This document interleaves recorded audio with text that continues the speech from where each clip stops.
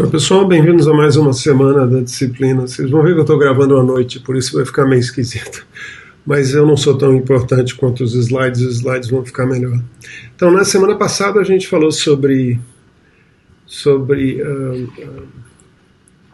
ecological fading, como é que as espécies mudam ecologicamente, porque no fundo, muito de evolução é a mudança ecológica, mudança de distribuição, mudança de recurso, mudança de associações, mudança de comunidade e assim por diante. Então, as espécies só conseguem fazer isso se elas efetivamente conseguem sobreviver nessas novas condições e, subsequentemente, vão ser expostas a tal da seleção natural. E a gente vai falar e vai conversar bastante sobre esse mecanismo. Esse é um mecanismo que a gente chama de uma forma genérica de adaptação ou de acomodação. Então, nós vamos ter bastante para conversar sobre isso, porque eu acho que a maneira pela qual essas ideias são passadas e são apresentadas para vocês e para outras pessoas também, às vezes ela cria conceitos que podem ser interpretados de forma errada. Então, talvez a minha forma de apresentar não seja melhor, mas por isso que a gente tem as nossas reuniões síncronas, para que a gente possa conversar e discutir, esclarecer esse tipo de coisa. Então, eu estou aproveitando a noite porque é mais silencioso e a gente pode conversar um pouco mais. Então, essa é uma aula que deve ser relativamente curta, mas ela é muito importante, né? Assim como a aula anterior. Então, lembra o ecological fading, o ajuste ecológico, é uma característica que a gente observa na natureza. As espécies são flexíveis, a gente já falou sobre isso. E por isso eu questionei aquele artigo que falava sobre extinção global das espécies na forma de efeito dominó, porque as espécies estão sim associadas a outras, têm sim relações ecológicas com outras, às vezes até relações simbióticas, mas elas não são beco sem saída na maioria das vezes. E é muito importante lembrar também que sim, extinção acontece, sim, extinção vai continuar a acontecer. Às vezes ela pode acontecer em efeito dominó, especialmente se, vamos dizer, um predador perde a sua única presa possível num determinado ambiente, mesmo que num ambiente mais distante, onde existam barreiras, e a gente vai falar sobre barreiras mais à frente, onde existem barreiras para a sua dispersão, ocorram e eles não possam ter contato com o recurso que está distante, né? Talvez por isso as aves se deram tão bem depois do grande processo de extinção da maioria dos dinossauros. Elas puderam voar distâncias e buscar os recursos que elas precisavam. Então, eu quero falar sobre a origem dessa capacidade, a origem da capacidade de fazer ecological fading, de lidar com mudanças ecológicas, de lidar com essas mudanças em tempo evolutivo, e depois nós vamos falar um pouquinho lá na próxima aula sobre outros fatores, especiação, adaptação e assim por diante. Então, muito disso é resultado de anos de leitura, de crítica, de publicações, de artigos científicos, meu e diversas outras pessoas, não são ideias minhas, são ideias de várias pessoas que trabalham comigo ou não trabalham comigo, outras trabalham comigo no sentido de fazer parceria comigo, mas tem uma série de outras pessoas que também desenvolveram ideias semelhantes em paralelo, e eu vou colocar algumas referências dela, talvez alguns vídeos para vocês olharem. Uma delas, uma pessoa que eu respeito bastante, chamada Anna Jablonka. Anna Jablonka foi uma das primeiras a reconhecer que a evolução não é só sobre mutação genética, a gente vai falar sobre isso. Então, se vocês lembram da aula passada, a gente falou sobre a capacidade, né? A capacidade que os organismos tinham e que é acumulada dentro do espaço informativo da linhagem. A gente tem que lembrar, assim, quando eu falo espaço informativo da linhagem, eu estou falando do espaço informativo de uma espécie. Mas indivíduos também têm espaço informativo e células também têm espaço informativo, não é isso? As nossas células têm informação de DNA e elas se diferenciam e produzem outras células, muitas vezes com funções diferentes daquela original. Então, nós temos um espaço informativo individual nosso, né? E não é uma questão só de educação, de comportamento, mas também genético. Nós carregamos informação genética, nós carregamos potencial para plasticidade dentro de limites. A gente tem tolerâncias, por exemplo, à variação de temperatura. Para quem mora em Curitiba, a gente sabe muito bem, né? E, portanto, os diferentes níveis de complexidade também apresentam o estado do espaço informativo. Essa está sendo a tese de um doutorado de um aluno meu, e talvez eu peça para ele apresentar alguma coisa para vocês, mas ele vai apresentar uma palestra agora no simpósio de ecologia, e eu aviso vocês quando vai ser. Ele está fazendo modelagem matemática, é um troço meio complicado, mas a ideia geral é possível pegar, tá? Então, essa aula é sobre novidades evolutivas e como é que elas podem aparecer durante o processo de evolução. E o conceito de novidade evolutiva não é um conceito novo, e eu estou sempre perdido nesse processo de passar slide, né? Mas ele já foi, já tentaram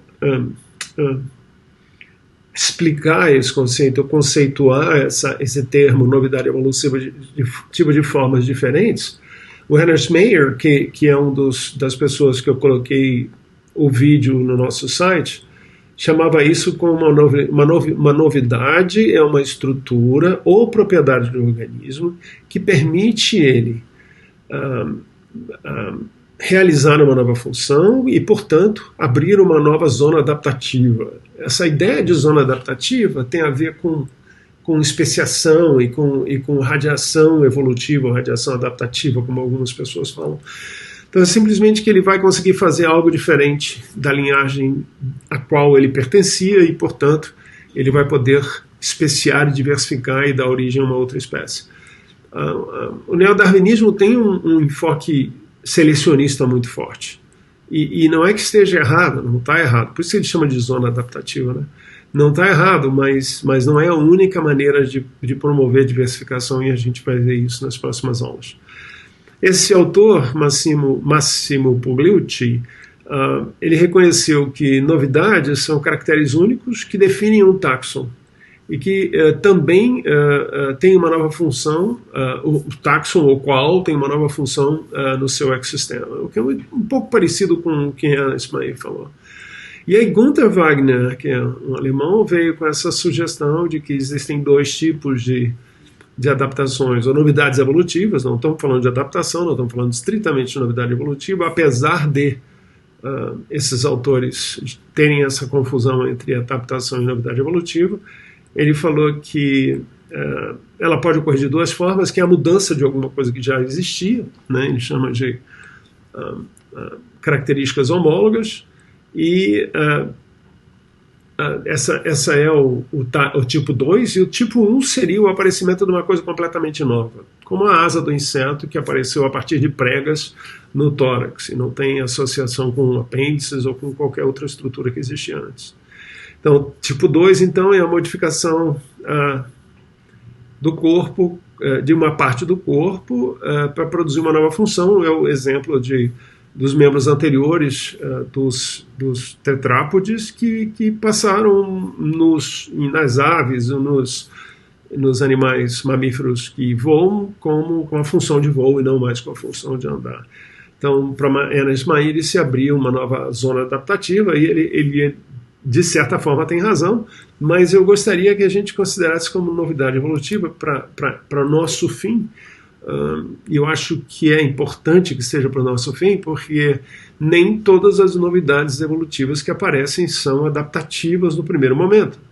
Aliás, como eu sempre disse, né, evolução, biologia, não tem nenhuma capacidade. Eu estou tentando me livrar dessas não vai livrar, então fica assim mesmo, essas coisas embaixo e em cima aí. Mas a evolução não tem as espécies ou as linhagens não têm nenhuma capacidade de prever o que vai acontecer no futuro, e, portanto, é uma boa ideia guardar informação dentro do meu espaço informativo, seja do indivíduo, da população ou da espécie, que possa me dar alguma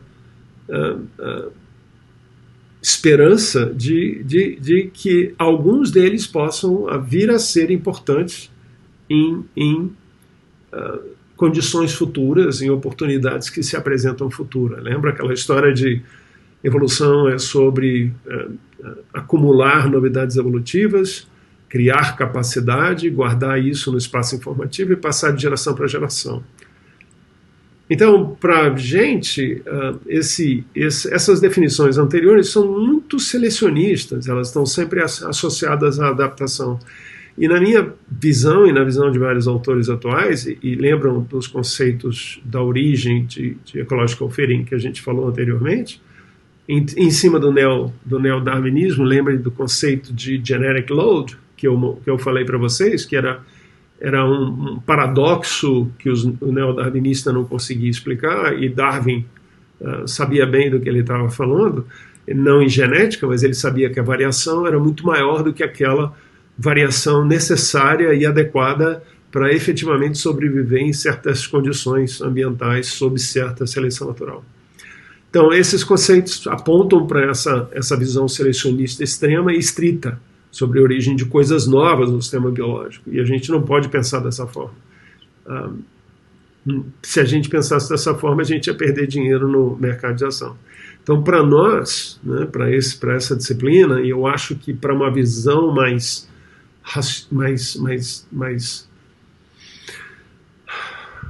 compreensível do processo de evolução, uma novidade evolutiva é qualquer característica nova que apareça numa linhagem e seja herdável pelas linhagens subsequentes.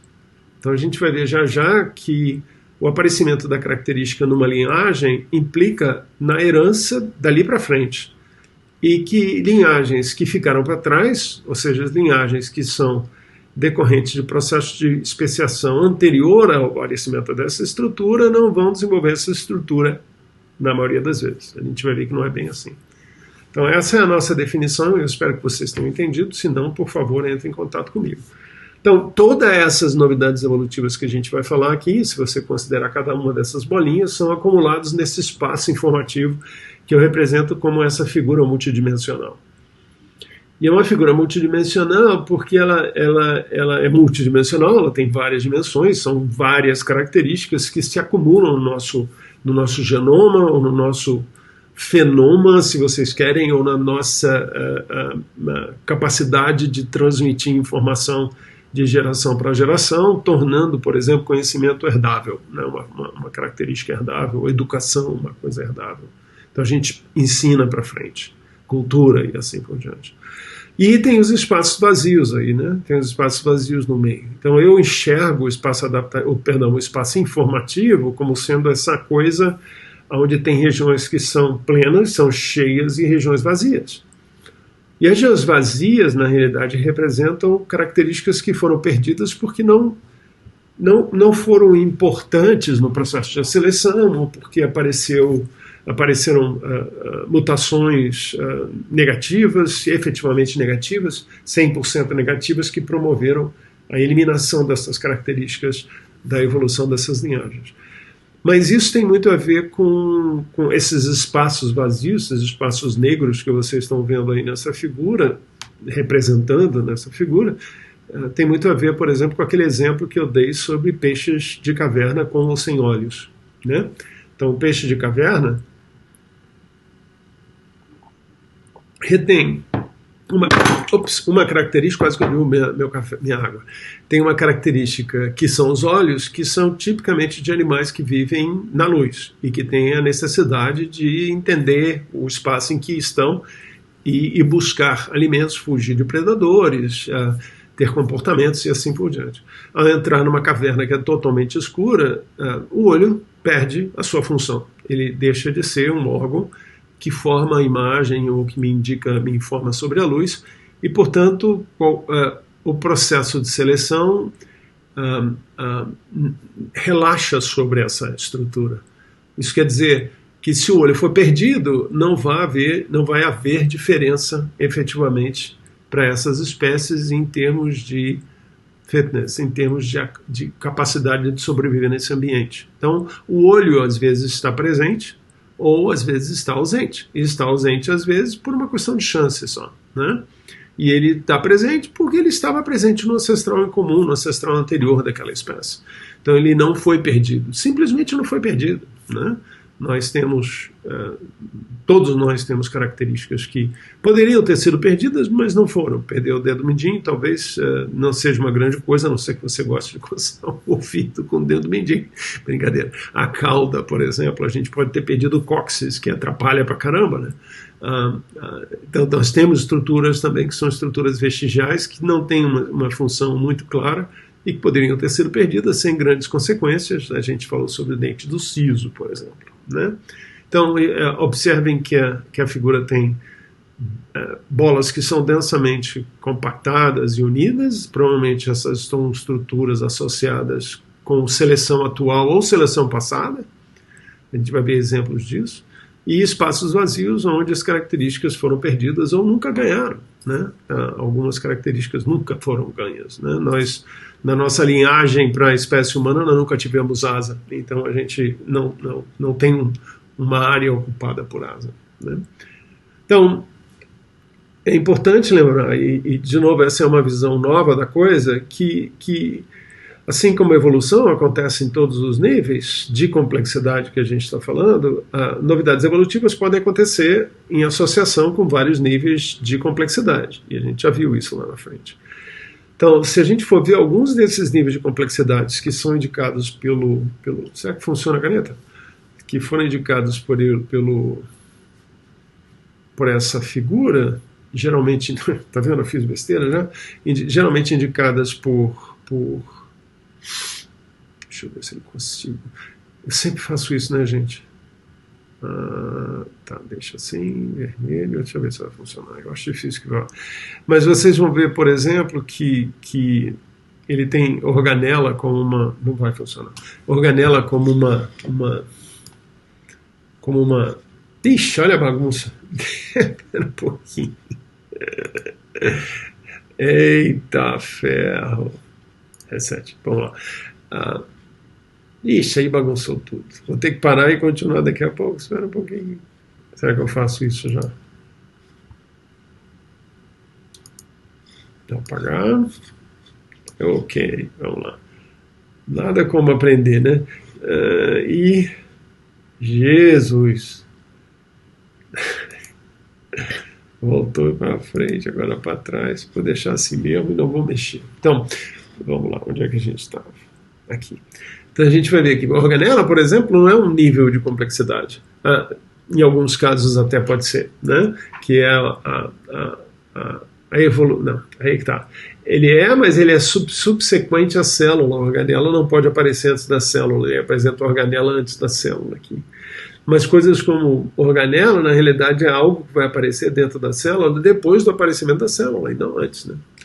Então, outra coisa ele já pula de célula para órgãos, sistemas e organismos. Na realidade, sistemas de órgãos vêm depois de organismos multicelulares. Então, nesse esquema de complexidade, eles esquecem que existem uma série de espécies que são unicelulares, né? E que só depois do aparecimento de organismos multicelulares é que a gente vai ter tecidos, órgãos, sistema de órgãos, né? Num corpo muito complexo e não é diretamente relacionada com o que vem depois, porque é como se fosse uma saída ali onde a gente tem organismo, teria uma saída aqui onde alguns organismos iam aumentar de complexidade através da diferenciação das suas células do corpo multicelular, com formação de tecidos, com formação de órgãos e subsequente com formação de sistema de órgãos. Porque existem várias espécies multicelulares que não têm essa complexidade corporal, né? Um porífero é muito simples, tem algumas células modificadas, mas eles não têm órgãos de fato, né? Tem até alguma coisa que parece tecido, mas não tem órgão de fato. E aí vai, né? População, comunidade, ecossistema, bioma, biosfera, etc. Todos esses são níveis de complexidade. A gente vai tentar, quando estiver falando sobre nível de complexidade, sobre a origem da novidade evolutiva, eu vou tentar discutir com vocês sobre aonde, em que complexo, em que nível de complexidade isso deve ter acontecido, considerando essa figura.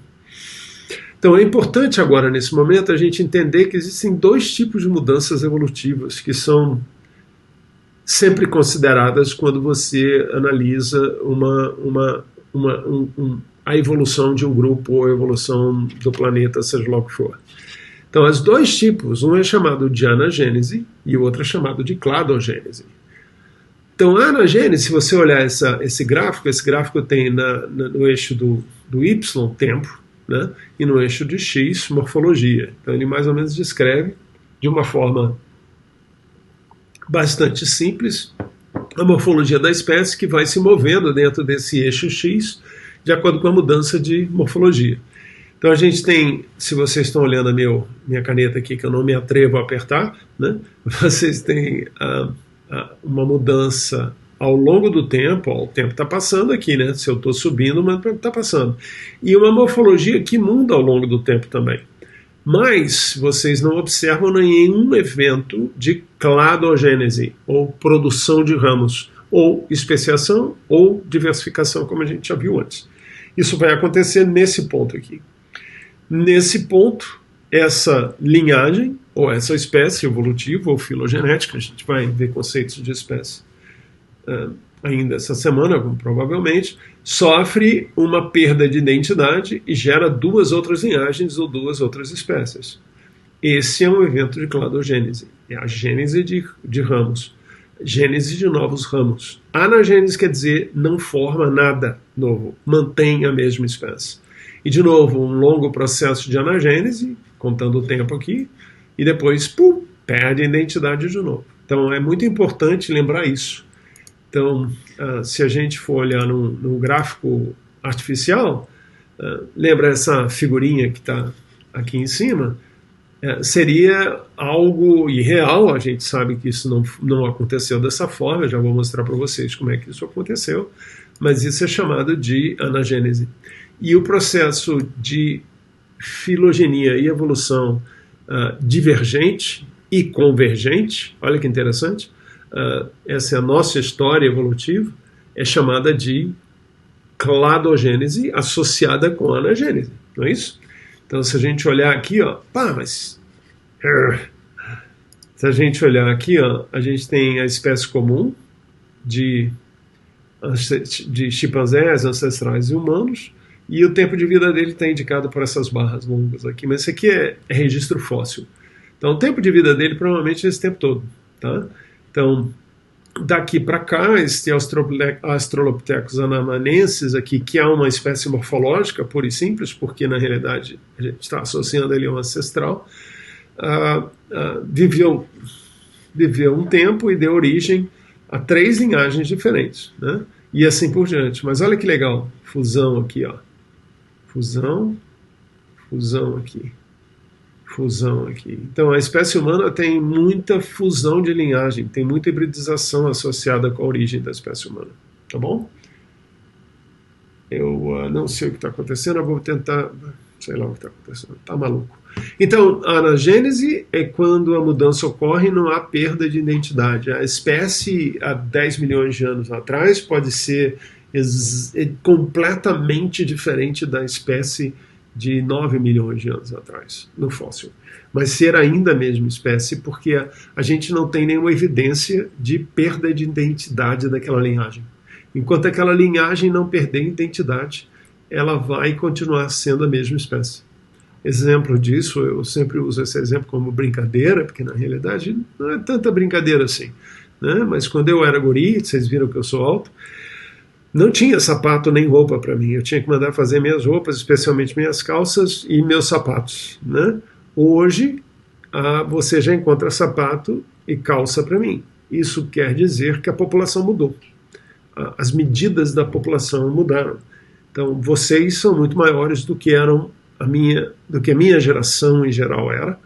E eu era muito maior do que as gerações, eu era bem maior do que as outras gerações, mas a minha geração já era maior do que as gerações anteriores e assim por diante. Então essa é uma forma de evolução também. Então, mas nós não deixamos de ser Homo sapiens, não é isso? Então mesmo, e a gente vai ver que mesmo recebendo alguma informação, algum dado através de hibridização de outra linhagem, você não necessariamente perde a identidade. Então o segredo da definição de linhagem é a manutenção da identidade. Enquanto a identidade filogenética. Enquanto a linhagem não é perdida, não é fragmentada em duas outras espécies, a gente tem anagênese acontecendo. E cladogênese quando a gente tem a perda de identidade. Então, é importante vocês notarem isso. Ó. Quando vocês têm anagênese, você tem mudança morfológica, você tem mudança de caracteres, você tem aquisição de novidades evolutivas. Do lado esquerdo, um animal, uma ave sofrendo anagênese, sofre uma série de mudanças nas penas, no comprimento da pena, na coloração, no padrão de coloração e assim por diante. Continua sendo a mesma espécie, mas ela é uma representação temporal diferente e morfologicamente distinta daquela mesma espécie. E é a mesma espécie porque ela não perdeu a identidade ao longo do tempo. Ao lado direito, mesmo que a gente tenha tido, isso é uma discussão que eu tive com vocês antes, mas mesmo que a gente tenha tido a manutenção da morfologia da espécie ancestral, que é aquela da base ali no item B, a gente teve a perda da identidade dessa linhagem, que é o ponto de divergência e de diversificação que está aqui. Se isso aconteceu, então aquela espécie não existe mais. Mas isso é metodológico, né? A gente não assume ancestralidade, descendência a priori da análise. A gente pode assumir a posteriori. E lá depois de entender biogeografia, morfologia das espécies nesse período, quando era ancestral, e nesse período, a distribuição geográfica e assim por diante, eu posso dizer que essa espéciezinha que está aqui, esse indivíduo que está aqui, ou essa espécie que está aqui é muito parecida, se não a mesma do ancestral. E lembram, é tudo uma questão de hipótese. Então, onde ocorre mudança, essa mudança ocorre em anagênese. E olha que legal. Quando você tem uma espécie ancestral, do lado direito da borboleta, todas elas, a população inteira, tem um padrão que define a identidade dessa espécie, mesmo que exista variação. É só depois da quebra da identidade, que ocorreu aqui nessa divergência, que ao passar do tempo, eles começam a acumular novidades evolutivas e dando origem a outra espécie morfologicamente, fisiologicamente, geneticamente falando. Então, vamos dizer que a gente tem lá uma população grande vivendo num determinado ponto e na área grande, e no meio dessa população aparece uma montanha que representa uma barreira para a troca de informação gênica entre espécies, né? Entre as populações. Naquele momento em que ocorreu o isolamento, as populações são praticamente as mesmas, se elas são bem grandes, né? A gente vai falar sobre outras situações. Mas se ela é uma população muito, muito grande, ela continua sendo a mesma, não muda morfologicamente, fisiologicamente, comportamentalmente e geneticamente. É o tempo e a barreira geográfica que não permite troca de indivíduos ou troca reprodutiva entre eles, que vai promover que cada vez que acontece uma novidade evolutiva, e geralmente ela é o acaso, quase que invariavelmente é o acaso, a gente tem condições que não necessariamente são acaso, como epigenética, etc., mas aqui nesse caso são, e as condições ambientais podem ser iguais de cada lado ou pode ser diferente de cada lado. E aí você tem seleção diferente. Quando tem seleção diferente, aparentemente a especiação, a diferenciação através da anagênese é muito maior. Então, a anagênese é o que representa ou explica para a gente o acúmulo de novidades evolutivas, né? As espécies acumulam novidades. Elas perdem algumas quando elas deixam de ter força seletiva favorecendo aquela novidade, quando ela começa a ser marginal em termos de capacidade de sobreviver num determinado ambiente, mas outras são retidas, né? Elas não necessariamente são perdidas. É isso que a gente tem que entender. Nem tudo é perdido. Pode ser perdido, e nem os olhos do peixe, mas não necessariamente perdido. E lembram que toda vez que isso não é perdido, a gente tem vantagens no futuro, porque a gente acumulou informação que pode vir a ser útil lá no futuro, e a gente vai ver exemplos disso muito bonitos, por sinal. Então, aqui tem a nossa brincadeira com o elefante e a bactéria, que a gente usou anteriormente como exemplo. Você vai dar aula sentada, é péssimo. Dá vontade de levantar. Mas agora eu tentei mostrar para vocês a importância desses eventos anagenéticos, né, e anagênese, e essa aquisição de novidade evolutiva, que é o acaso, na imensa maioria das vezes, e a herdabilidade dessa característica, né? Então, a gente vai já com um exemplo que já põe em questionamento isso, mas a gente vai conversar com mais calma sobre isso. Então, lá da nossa bactéria original, o Luca, o nosso primeiro ancestral, a gente teve um evento de divergência, né, que deu origem às bactérias. E essas bactérias passaram, no momento em que elas se separaram do ancestral em comum, elas passaram a ter um destino completamente diferente do outro descendente desse processo de divergência ou de especiação, entenderam? Então, o que acontece daqui para frente acontece dentro das bactérias e não mais nas outras linhagens. E a outra linhagem que a gente está falando, qual é? É uma linhagem que, através de um processo de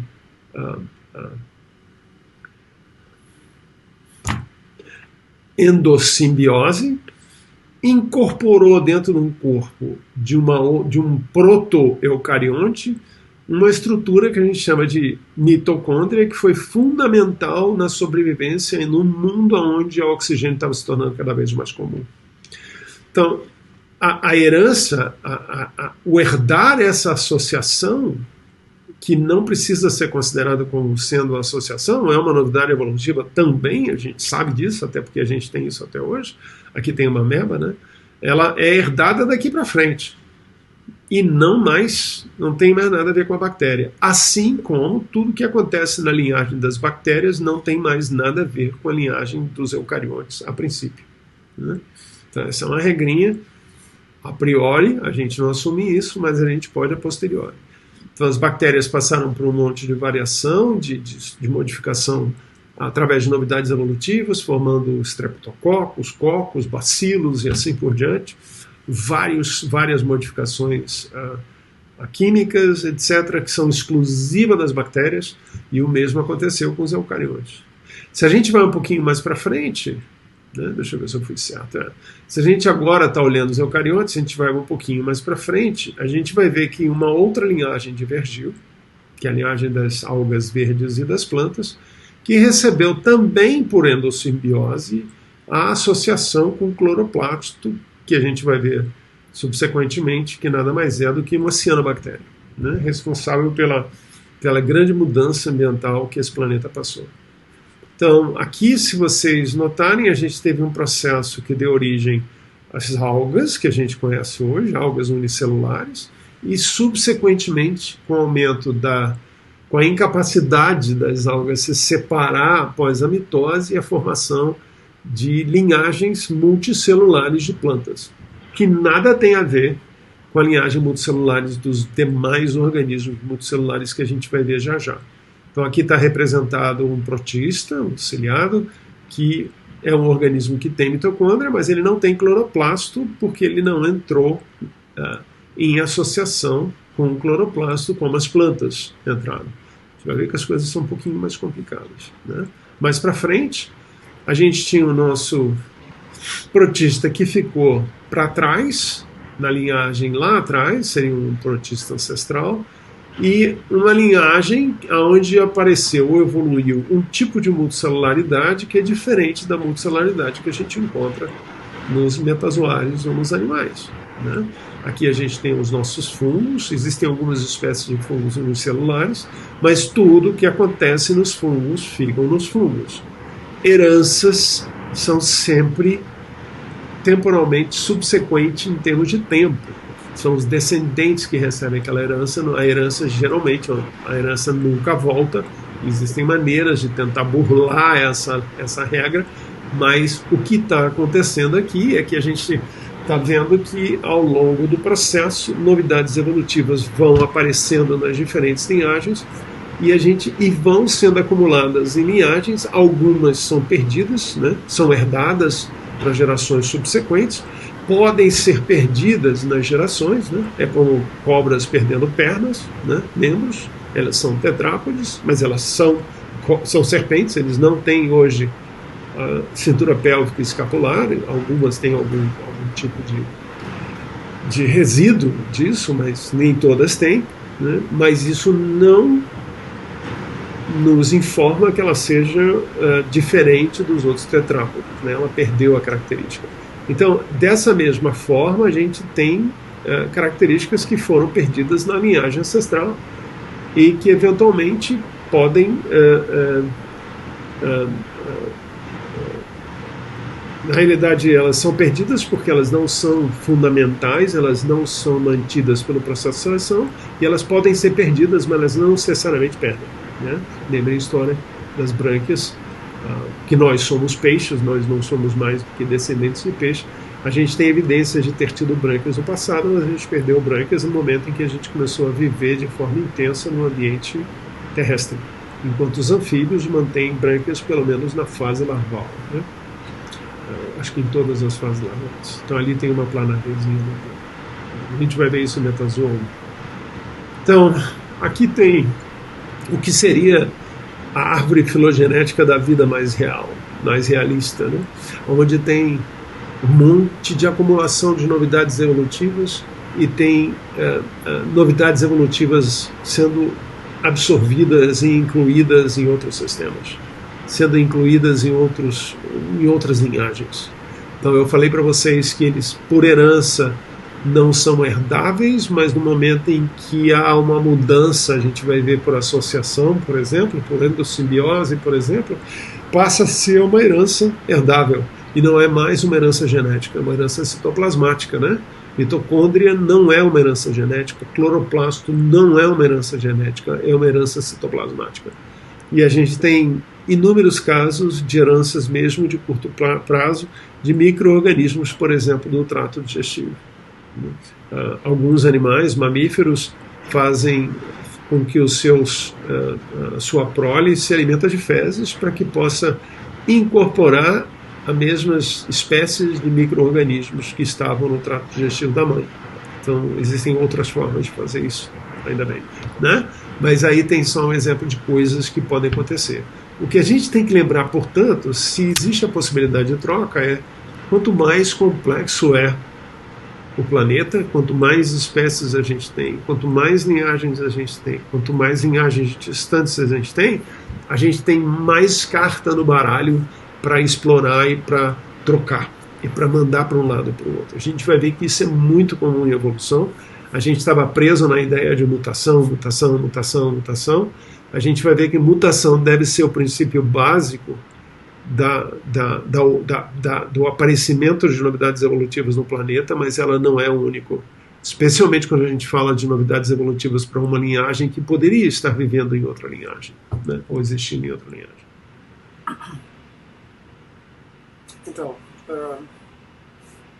fica um pouquinho diferente, porque o computador é diferente, mas a anagênese, na realidade, envolve uma série de incorporação de novidades evolutivas através de processos que a gente vai ver a seguir e vai fazer alguns comentários específicos. O primeiro deles é a mutação, que você já conhece, e mutação é a fonte primordial de variabilidade nesse planeta. Mutações são inevitavelmente o resultado de um processo de erro na cópia do DNA durante a replicação.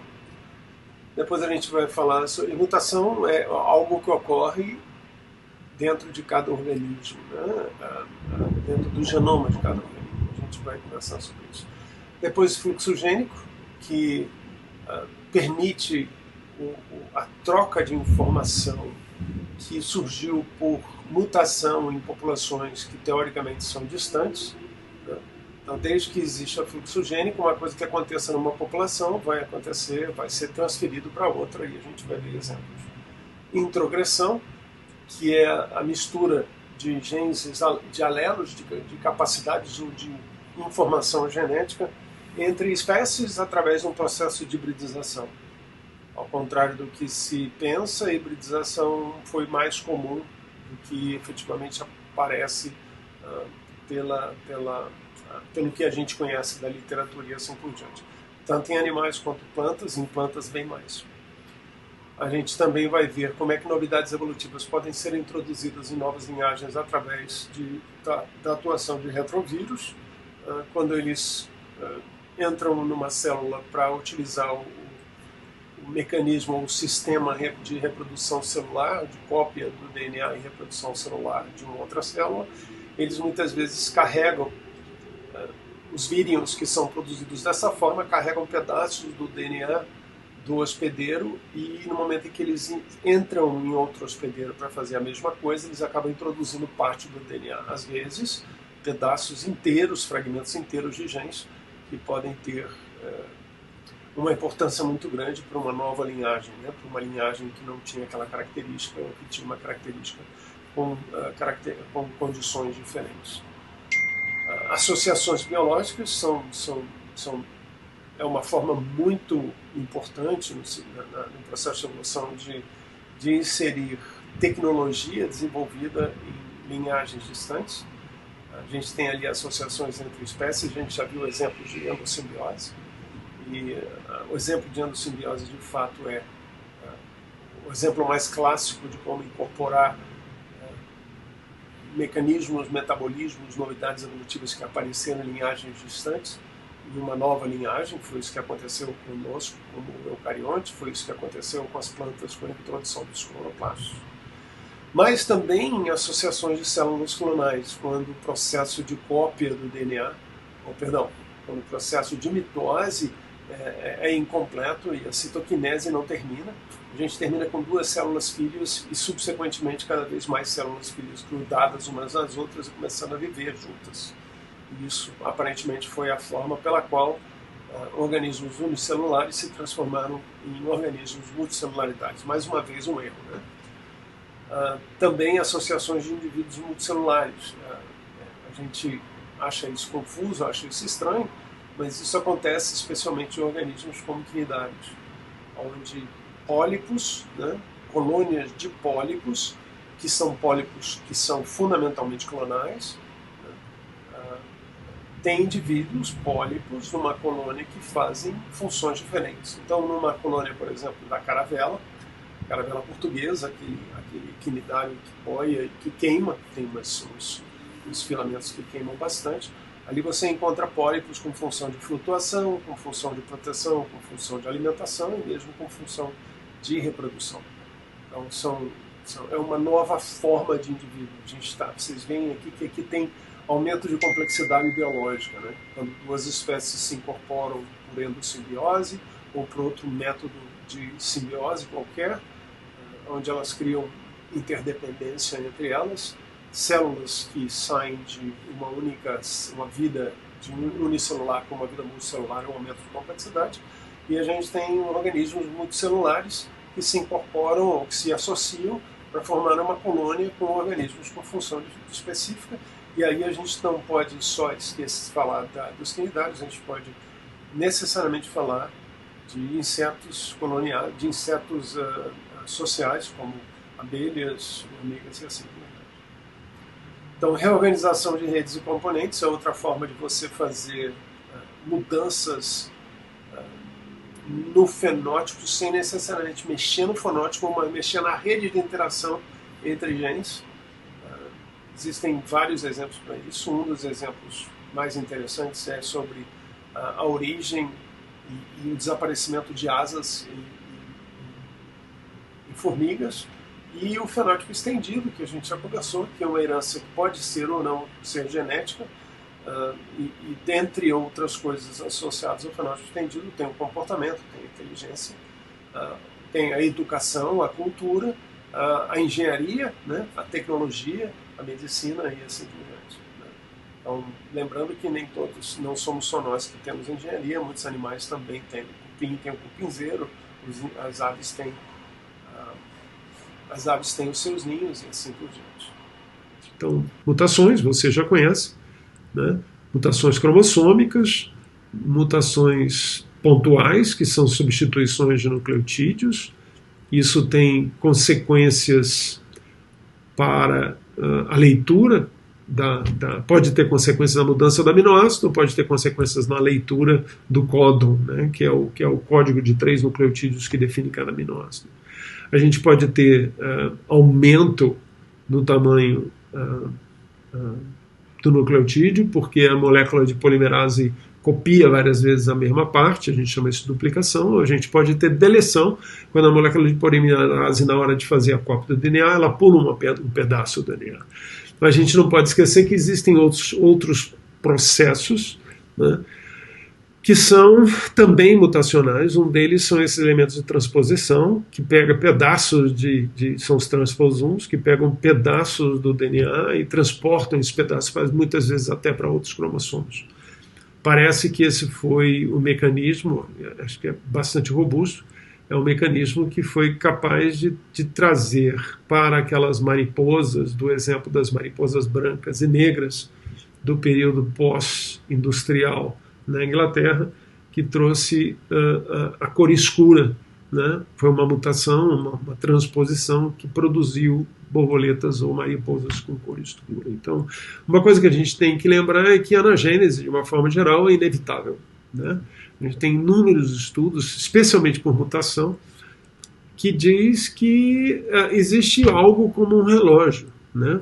Uma taxa fixa de mutação no genoma. Então a gente, e essa taxa fixa tem a ver, essa taxa fixa tem a ver com a incapacidade de fazer o trabalho perfeito pelo processo de replicação do DNA. Então toda vez que o DNA erra, ele produz mutações. E ao produzir mutações, ele erra de uma forma constante e produz mutações de uma forma constante. Tem um gráfico bem legal sobre isso, num vírus, porque o vírus tem uma mutação muito mais rápida, e vocês veem que do lado esquerdo é o número de mutações, embaixo são os anos, e o pessoal conseguiu pegar o vírus da influenza humana, da febre influenza, inclusive de pessoas e de tecidos que foram guardados desde o período da grande mortandade que ocorreu por influenza, e foi observado que o vírus mostra quase que uma linha, né, de crescimento das taxas da mutação, do número acumulado de mutações. Então isso é uma coisa interessante que a gente vai ver que é importante para a gente, até para fazer datação de árvore filogenética na segunda parte da disciplina. Tá? Então, mudar é inevitável. Não tem como não mudar. Mesmo que a gente tenha outros mecanismos associados à introdução de novidades evolutivas nas linhagens, mudar é inevitável. O sistema biológico está configurado de tal forma que mudança não deixa de acontecer.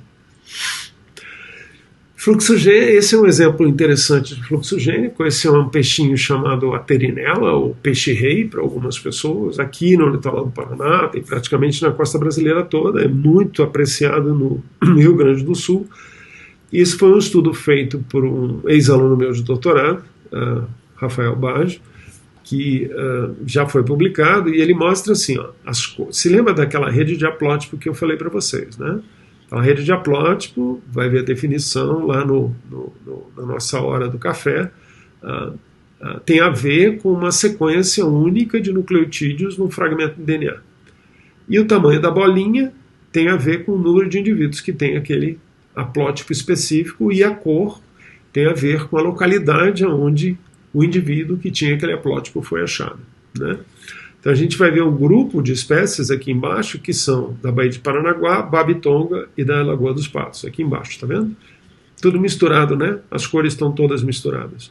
Então isso aqui mostra a evolução de haplótipo. Que haplótipo deu origem a outro haplótipo? Que sequência de DNA deu origem a outra sequência observada de DNA nessas populações? E aí quando você faz essa análise, você faz uma rede de haplótipos. E essa rede de haplótipos nos fala sobre qual é o nível de conexão e de contato que essas populações têm. Então, se a gente olhar aqui embaixo, ó, no Paraná, Santa Catarina e Rio Grande do Sul, a gente tem uma bagunça. Não tem uma corzinha de uma cor, grupos de cores diferentes sendo formados. E isso é sinal de que tem muito fluxo gênico entre as populações, seja hoje, tenha sido no passado também. Mas quando você vai para o Nordeste, Bahia, não, Espírito Santo, se eu não me engano, Bahia e Jaguaribe, que é no Pernambuco, né? Então olha só, o Jaguaribe é tão diferente que todos os vermelhos estão totalmente separados. Totalmente separados quer dizer que não foi encontrado nenhum caminho mais curto em termos de mutações, se vocês se lembram da explicação, Cada bolinha dessas aqui seria uma mutação entre diferentes haplótipos. Então, entre esse haplótipo e esse aqui, a gente tem 1, 2, 3, 4 mutações. Tá? Então aqui, ó, elas são haplótipos muito parecidos, mas que estão sempre no vermelho. E eles estão sempre no vermelho, no rio Jaguaribe, por quê? Porque se houve evolução e mutação acumulando dentro do rio Jaguaribe e nunca foi trocada ou foi transportada para outro estuário. Então esse é um peixe que é estritamente estuarino, mas o que dá para ele é uma chance de ter contato com populações próximas, mas ele põe os ovos em folhas do estuário, então ele fica meio preso no estuário, ele não sai muito do estuário. Eu já explico o porquê disso, eu não tenho um slide, mas eu posso explicar. A mesma coisa acontece com o cinza está tudo nesse cantinho aqui, e a mesma coisa acontece com o laranja. Ó. Então essas 3 linhagens aqui, pelo menos uma delas hoje já é reconhecida como uma espécie diferente, porque não há fluxo gênico. Tá? Então quando não há fluxo gênico, as espécies tendem a diferenciar. A gente vai ver já, esse é um mecanismo de diferenciação que a gente esquece quando a gente fala em especiação por isolamento geográfico. Isolamento geográfico não necessariamente exige seleção. Ela pode simplesmente ser um acúmulo de mutações exclusivas daquele local que nunca foram trocadas ou nunca foram levados para outras populações de espécies ou de linhagens semelhantes. Tá? Então, o fluxo gênico garantiu que o que aconteceu, o que aparece no Rio Grande do Sul, fosse para o Paraná, e o que apareceu, a novidade evolutiva que apareceu na Baía de Bobitonga, fosse para os outros ambientes e assim por diante, e fizesse esse cenário de mistura. A gente já vai ver isso no outro slide também. E aí, para piorar o meio do campo, olha só, mesma coisa, a árvore de haplótipo, ela é um pouquinho diferente daquela que a gente viu antes, mas fundamentalmente ela fala a mesma coisa. A gente não, diferentes cores indicam diferentes locais, vermelho Pará, Pernambuco azul, Sergipe verde e todos os outros são Paraná. Isso foi resultado do começo do estudo desse animalzinho que a gente fez alguns anos atrás. Então vocês estão vendo que mesmo que a distância entre o Pará e o Paraná seja enorme, não tem um agrupamento de cores, né? Não tem um agrupamento de características haplotípicas, de haplótipos, que sejam estritamente do Pará, do Pernambuco, Sergipe ou de uma cor só. Isso quer dizer que esses animais são capazes de trocar muita informação entre eles. E o legal é assim, alguém já viu o caranguejo-sá, que é esse animalzinho aí, nadar? Alguns sugerem que eles são capazes de boiar. Mas nadar eles não são, eles nem têm nadadeiras, eles nem têm patas natatórias ou pernas natatórias. Mas a larva é plantônica. Então, até tem um filme sobre isso, depois eu mostro para vocês. Durante lua cheia, quando a maré está mais alta, especialmente na maré vazante, uma vez por ano, a fêmea que está ovada com os ovos dentro do abdômen, vocês já devem ter visto essas fêmeas, ela vai para dentro d'água, balança e faz com que as larvas eclodam e saiam dos ovos. No momento que ela sai dos ovos, ela é carreada pela maré para o mar aberto, chega a 60 milhas de distância do litoral e aí pega direção as mais variadas possíveis, norte, sul, leste, oeste. Alguns morrem, mas há uma distribuição de larvas para todas as regiões, até 400 quilômetros de distância, durante 30 dias que elas ficam no plâncton sendo carreadas pela corrente. E aí quando ela volta, ela começa a ter um comportamento de fugir do sol, então ela vai cada vez mais profundo, e ela volta também quando a maré entra. Quando a maré entra no mangue, ela volta por baixo, a água por baixo, a água salgada é mais densa, né? A água doce é menos densa, vai por cima, ele volta por baixo com água salgada e coloniza o mangue, certamente não o mesmo mangue onde ele nasceu. Tá? Então isso é muito legal, porque isso promove ou cria esse cenário de fluxo gênico intenso de coisas que tem no Pará que não são estritas ou exclusivas do Pará, também são encontradas em todos os outros estuários em geral da costa brasileira, e isso acontece para várias espécies de animais plantônicos. Então, fluxo gênico determinando que não vai haver diferenciação, mas levando a novidade evolutiva que apareceu no Pará para outros locais, e assim por diante, e vice-versa. Tecnologia existente é essa ideia das associações que eu estava falando para você. Eu acho que eu não tenho slides sobre associações de células clonais, mas eu tenho essas associações que são hipóteses sobre a endossimbiose, são hipóteses muito robustas, muito bem testadas. Ela foi proposta muitos e muitos anos atrás, mas foi só com o advento da capacidade de sequenciamento do DNA que a gente reconheceu que tanto a mitocôndria quanto o cloroplasto tinham o seu próprio DNA. E ela tinha o seu próprio processo de reprodução. Então, esses organismos fazem mitose dentro do citoplasma. Então, é uma herança citoplasmática adquirida através de um processo de endossimbiose. E o mais bacana de tudo isso é roubar a tecnologia, né? O que foi feito foi basicamente roubar a tecnologia de outra linhagem. Uma linhagem só foi capaz de desenvolver um mecanismo metabólico de realizar fotossíntese e, mesmo estando originalmente numa linhagem só, a gente hoje tem várias linhagens de eucariontes que vocês lembram não herdaram do ancestral mais antigo a capacidade de fotossíntese, mas foram capazes de assimilar essa habilidade, assimilando esses organismos que a gente chama hoje de cloroplasto, que nada mais são do que algas azuis ou bactérias azuis, né? Ou cianobactérias. E a mesma coisa aconteceu com a simbiose. Então, se vocês olharem esse exemplo aí, a gente tem a assimilação primária de uma bactéria por um eucarionte, depois tem a assimilação secundária desse eucarionte que assimilou a bactéria por outro eucarionte. E aí você detecta isso pelo número de membranas que vão aparecer no simbiosoma, né? Número de membranas em volta do cloroplasto. Isso é muito legal e vocês vão ver isso ao longo da disciplina. E aí uns exemplos muito loucos. Eu me lembro que quando eu fazia zoologia, a definição de animal é que animal era um grupo de organismos que era incapaz que era autotrófico e incapaz de produzir seu próprio alimento. Lê do engano, né? Muitas espécies. Charles Darwin é um que se apaixonou por um platyomintes, andando com o seu professor na praia. Ele viu platyomintes verdes, que não têm tratos digestivos, né? Que estão em associação com algas e, portanto, eles são capazes de usar a alga para produzir seu próprio alimento, né? E a mesma coisa acontece com essa família inteira de moluscos. Esses animais são capazes de... Deixa eu tentar ver o próximo aqui. Isso. Esses animais são capazes de raspar a alga, retirar da célula da alga os cloroplastos e distribuir os cloroplastos em regiões específicas do seu corpo com o objetivo de realizar fotossíntese que vai produzir o alimento para eles, né?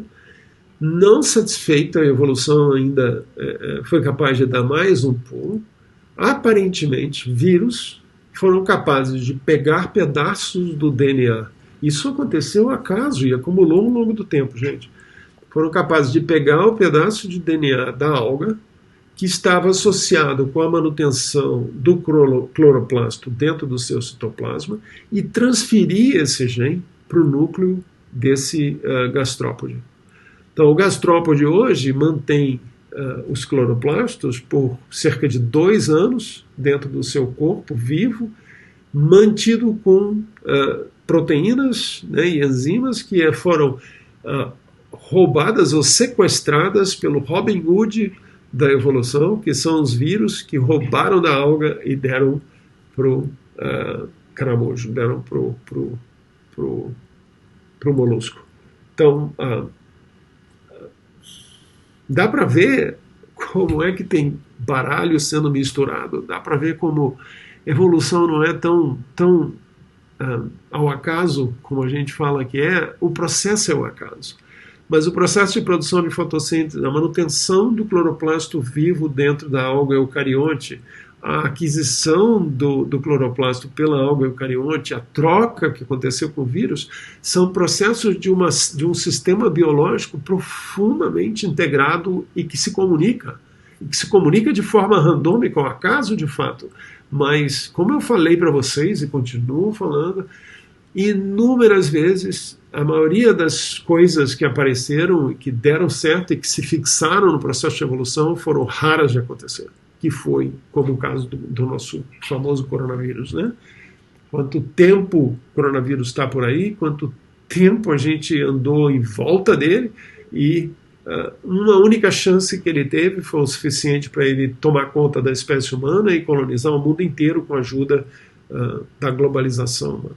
Então esse é um exemplo maravilhoso que vocês vão encontrar bastante referência na internet.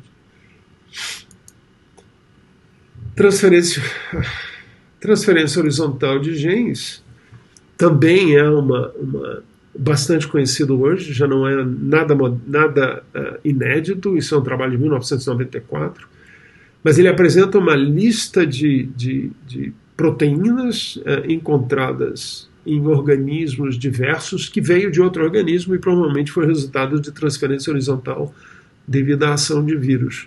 Então vamos lá em cima. Ó. A glucose fosfato isomerase era encontrada em Escherichia coli, que é uma bactéria, e ela originalmente tem a mesma sequência de nucleotídeos da mesma proteína encontrada numa Eudicotylledone, que é uma planta. A dismutase do ferro superoxidase é encontrada na Entamoeba scotistolítica, que é um proteísta, e a origem dela é um procarionte, é uma bactéria, transferida muito provavelmente por um vírus. Aldolase e levedura veio de Escherichia coli, que é uma bactéria. Citocromo C de Arabidopsis é de fungo. Arabidopsis thaliana é uma planta muito utilizada em experimentos de fisiologia de plantas.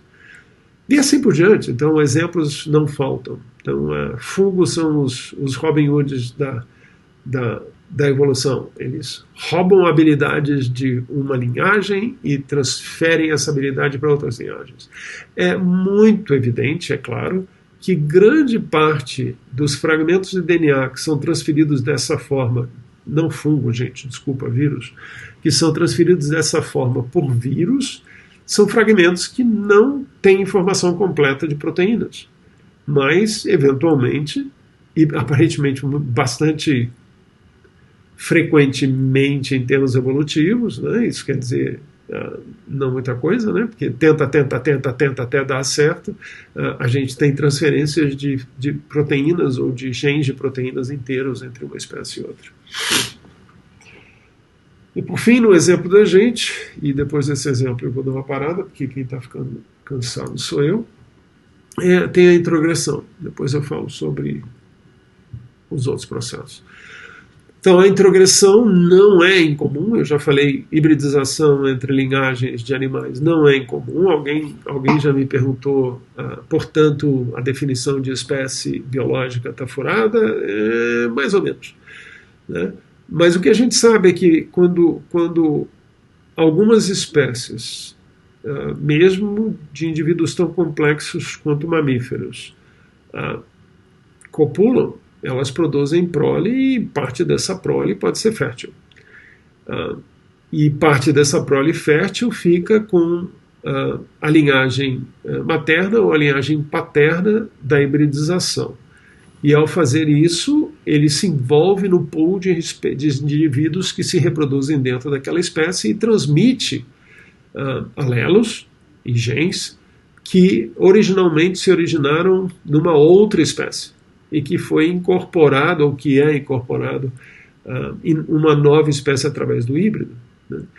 No meu primeiro trabalho foi na Amazônia, eu saí do Rio Grande do Sul, fui para a Amazônia trabalhar com um peixinho chamado jaraqui. E o jaraqui tem duas espécies reconhecidas, Semaproquilodus insignis e Semaproquilodus teniurus. Um é chamado jaraqui da escama grande e jaraqui da escama fina. E existe o jaraquiaçu, e o jaraquiaçu é um híbrido entre os dois, que é bem maior do que os dois. E assim, a reprodução dessa espécie é bem interessante, porque a reprodução é externa, e eles têm sinais de cópula, de corte ou de cópula muito parecidas, eles roncam. né, como muitos peixes caraciformes na Amazônia e em outras regiões do país fazem. Então eles passam o ano inteiro vivendo mais próximas cabeceiras do rio, e uma vez por ano eles descem para o encontro das águas, dentre outras águas, no encontro do Rio Negro com o Rio Amazonas, os Solimões, onde eu trabalhava no Instituto Nacional de Pesquisa da Amazônia. E a gente ficava a noite toda ali sentado esperando o jaraqui roncar. Quando o jaraqui roncava, a gente saía para pescar. Então foi demonstrado geneticamente que eles se reproduzem, e alguns indivíduos de jaraquiaçu híbridos são formados todo ano. Então a gente tem registro para isso naturalmente para várias outras espécies, inclusive de mamíferos e aves. E isso aparentemente não contribui para a fusão de linhagens, mas contribui para a troca de informação entre linhagens e, portanto, representa uma novidade evolutiva para a espécie que recebeu. Concorda comigo? Então ali tem o tigre com o leão do lado direito, ali em cima a nossa zebra com o burro, que são férteis, né? E evidentemente nesses dois casos foi alteração comportamental de animais mantidos em cativeiro, né? Mas a nossa história, a história da espécie humana, envolve introgressão, né? Em especial a última grande introgressão que nós fizemos como linhagem ao sair da África nos últimos 100 mil anos, 10 mil anos, 100 mil anos, 100 mil anos.